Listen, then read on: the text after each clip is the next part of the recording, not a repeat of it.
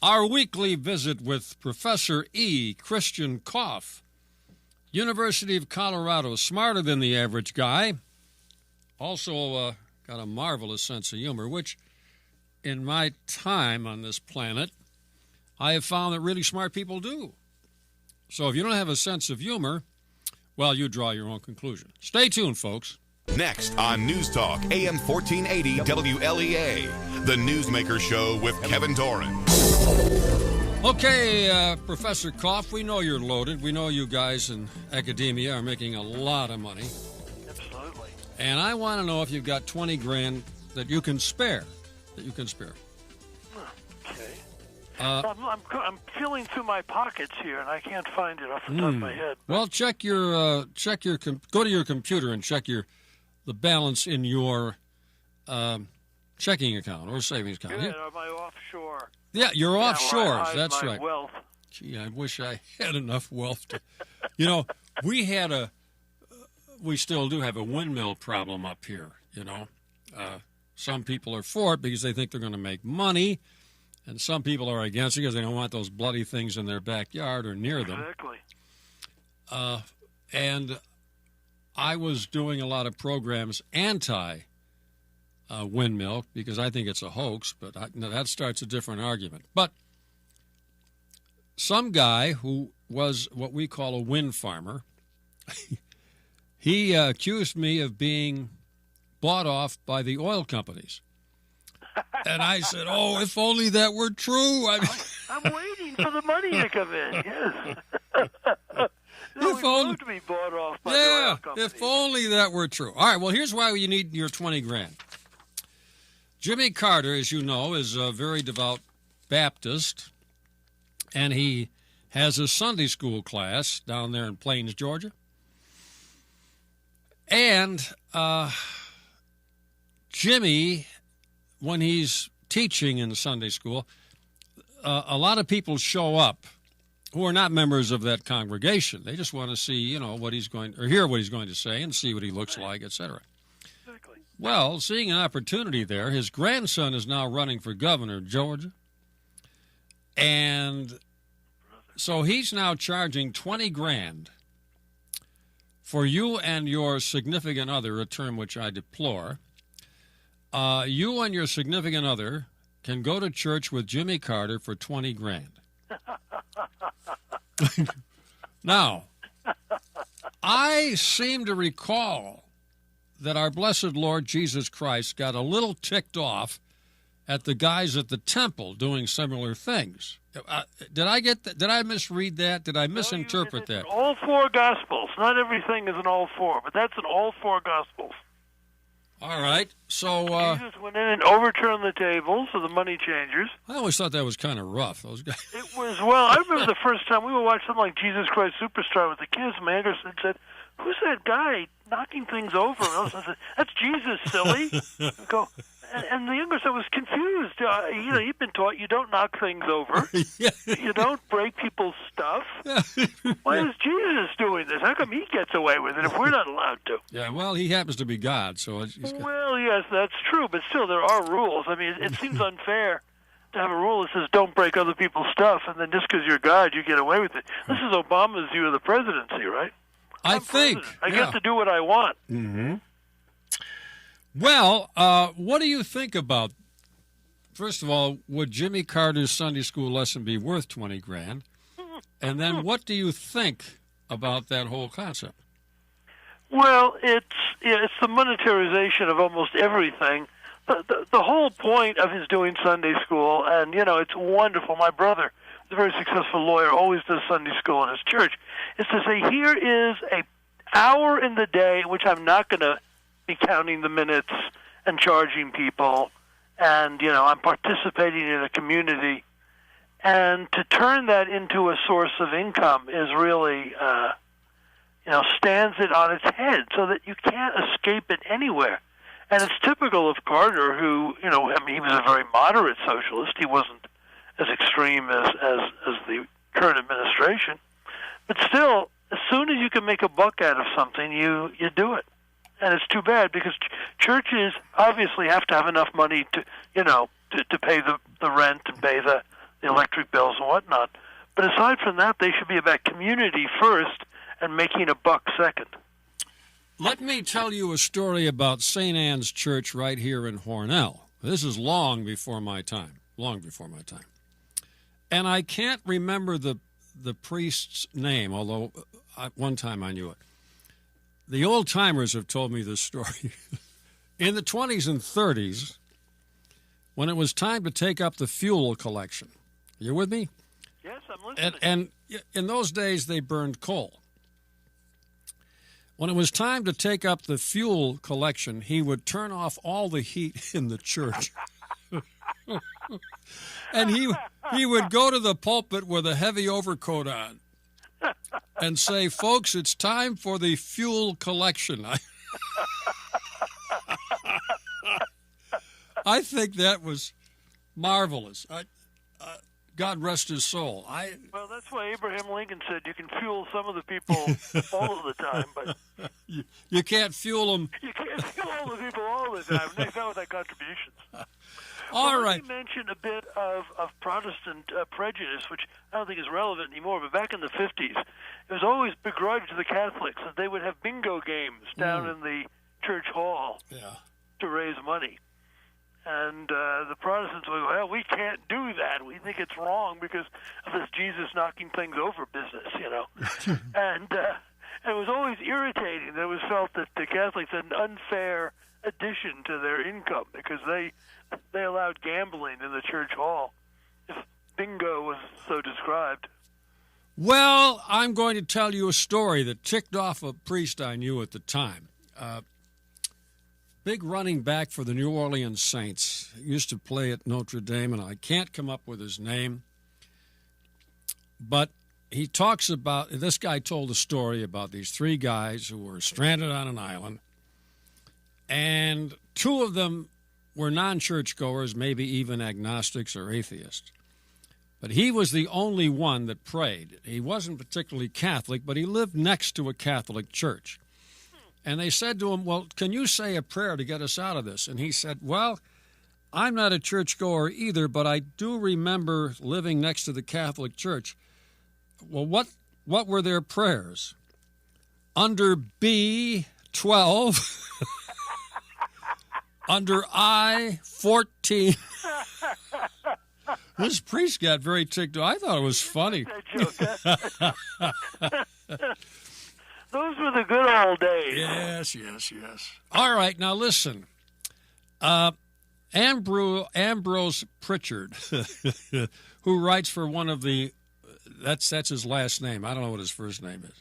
No, we don't even remember anymore what his first name is. Yeah, Ambrose. He has two last names. Yeah, so it's English. Yeah, what do you want? It's either too little or too much, right? All right. Ambrose Evans Pritchard is his name. Oh, is that right? Okay, so Ambrose is his first name. His first name. All right. Which I would have changed it, wouldn't you? Yeah, I'd have. Yeah. Change it to Andrew or something. Yeah.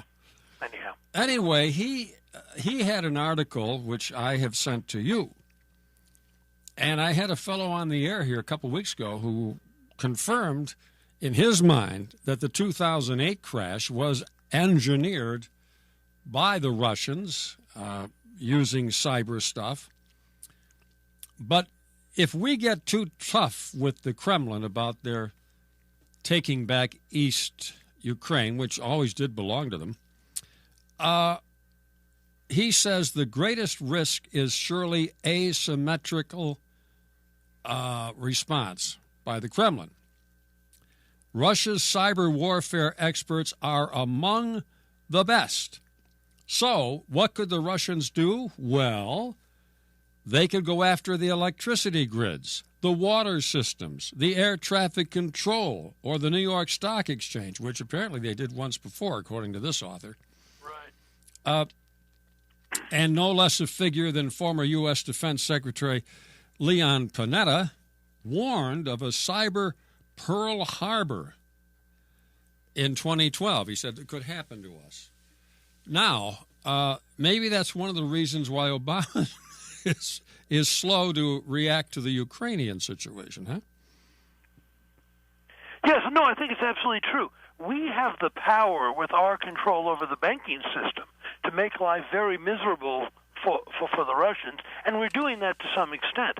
But they have our system is so delicate and so dependent upon this cyber network that they have the power to screw that up, and even a temporary shutdown would be a disaster. There actually is a Die Hard movie in which a sort of cyber genius starts doing that to the country. And this is not only theoretically possible, it's quite possible, and we are so dependent upon all of this that it would cause economic chaos. That is. So in other words, we can hurt Russia, but they could screw us up and end up creating world economic chaos, and that's something that's in nobody's interest unless we push them too far. I mean, the problem is we can hurt them a little or a fair amount. They can't hurt us a little, but they can bring us down. Mm-hmm. And that's what we don't want to provoke them to, a situation where they feel they have no choice, because they can't shut down banks the way we can, close down their banks. But they can shut down our cyber grid and shut down Wall Street, shut down the electrical system. I mean, it would be chaos, and we don't want to provoke them to that. Just as when in the nuclear era, we didn't want to provoke either side using the bomb. Mm-hmm. So we actually behaved somewhat more responsibly than Europe did, for example, before World War I, where there was no chance of a single destruction.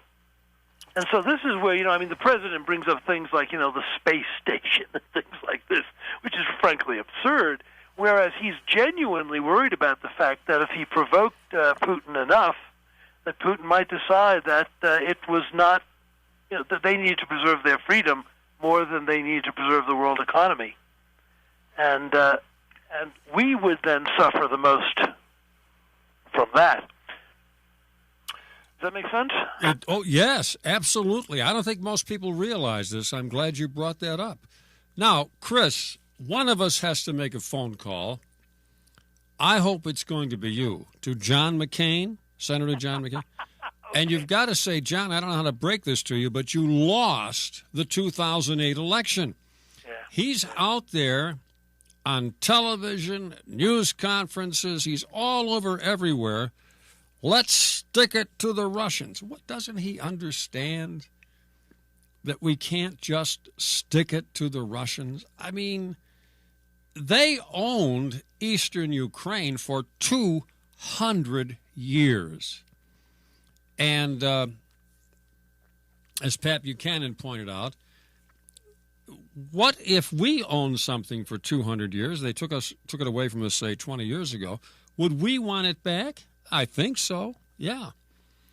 So I'm not saying Putin is pure. He's not pure. But no, it doesn't have to be. This is not our issue. And why McCain is out there trying to stir up a war, I don't understand it. Do you?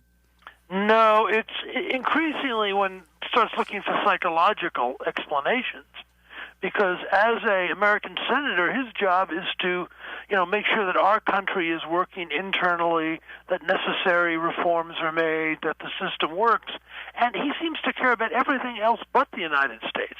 He wants us to get involved in war in Syria. He wants us to get involved with at least very threatening gestures which could lead to a war in Eastern Europe.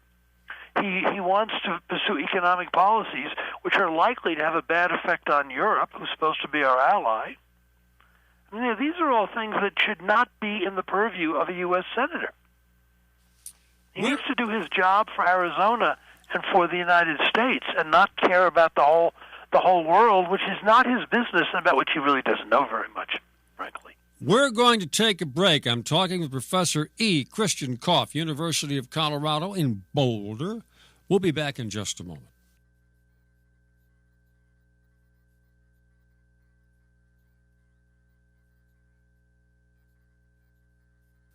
Going into the break, I suggested that Chris Kopff call John McCain and say, "Hey, John, you lost. You lost, John." Have you made that call yet, Chris? I'm on hold, and they're playing this very irritating elevator music, which I'm quite bothered by. Well, now let's move on to Benghazi. Another non-event as far as the folks at NBC, CBS, ABC, CNN are concerned. But apparently someone has leaked information gathered by the Senate Intelligence Committee, but covered up by the Democrats on that committee, that, now this is serious business, folks. I'm not picking on Obama, but this is serious business. That what really happened at Benghazi was that Chris Stevens, our ambassador, was the middleman for shipping arms to Syria, which is to say, to Al-Qaeda. And because Hillary and Barack wanted Assad thrown out in the worst way. I've never understood why that bothered them, but they wanted him thrown out in the worst way. So they were going to take the Libyan weapons that poor old Muammar Gaddafi, the late Mr. Gaddafi, had, and ship them out of Benghazi to the Syrian war. Now, that would be unconstitutional. That would be an impeachable event. And I want to know what your reaction is to that, Dr. Kopff. Well, one, Seymour Hersh, who is doing this investigation, is the guy who uncovered the My Lai scandal and has had a long career as an investigative reporter. So that's point one. Two, it's always been a problem what Chris Stevens was doing in Benghazi. It was one of the unclear things. I mean, you just don't take a tour when you're a diplomat. And he was set up in a very bad situation. And there, among the hypotheses, but there were a half dozen, there was that it was a guns deal gone bad. And what Hersh has been able to do is he's gotten info from the Senate committee investigating all this, that in fact that is the explanation of what was going on. We were going to transfer weapons from Libya to the rebels in Syria, and we were going to be the middleman. And the problem is when you do these illegal things, and the same thing's true with drugs, things can go bad. And, people lose confidence and people react by shooting. And this would, be a very important explanation of why the president and President Obama and future President Clinton didn't want this thing covered. Because it not only were they not protecting our people on a day which was very likely to be a dangerous day, the anniversary of 9/11, but they were involved in an illegal action which could have legitimately led the House to impeach President Clinton, President Obama for violation of U.S. law. Very much like the Iran-Contra problems under President Reagan. I never fully understood the Iran-Contra thing, but I'm being honest about it. I never fully understood the problem, but obviously it was illegal for Reagan to have approved that or done that. But it was against our official policy of, dealing with dangerous people. We're not supposed to encourage them, although sometimes it's in our interest to encourage them. Well, in this case, though, we had Clinton and Obama lying. I mean, big-time lying about what really happened. It was a group of demonstrators who went out. That this poor guy in California some guy made a movie, ridiculous movie. He even went to jail because it was in the interest. That's just how unsafe we are in this country with all this protection for civil rights. The guy went to jail over it. Then they sent around this poor woman from the UN who was supposed to go around and lie for them because they couldn't keep a straight face. Lying about it. I mean, it's really disastrous. And of course, there's also the further issue that supposedly President Obama had done in Al Qaeda, and of course, the rebels we were dealing with, both in Libya and in Syria, have Al Qaeda connections. They're not always Al Qaeda in the technical sense, but they are radical, violent Islamist groups. And here we are dealing with them when supposedly they're the enemy and we've driven them away. They don't exist anymore. That's what he was saying, yeah. And, GM is okay and Al-Qaeda is on the run. Well, Al-Qaeda, not only was Al-Qaeda not on the run, that showed it clearly, but there's now indication from Seymour Hersh, who claims to be citing a Senate investigation, that we were arming Al-Qaeda. We were helping to arm at least Al-Qaeda-connected groups and groups that worked with Al Qaeda. And so much for our, going after them. We were arming them. And naturally, when we get around to what did Hillary Clinton actually accomplish as Secretary of State, this is going to be a big part of the debate when there's a foreign policy debate. And I hope that Jeb Bush has the brains and guts to use it.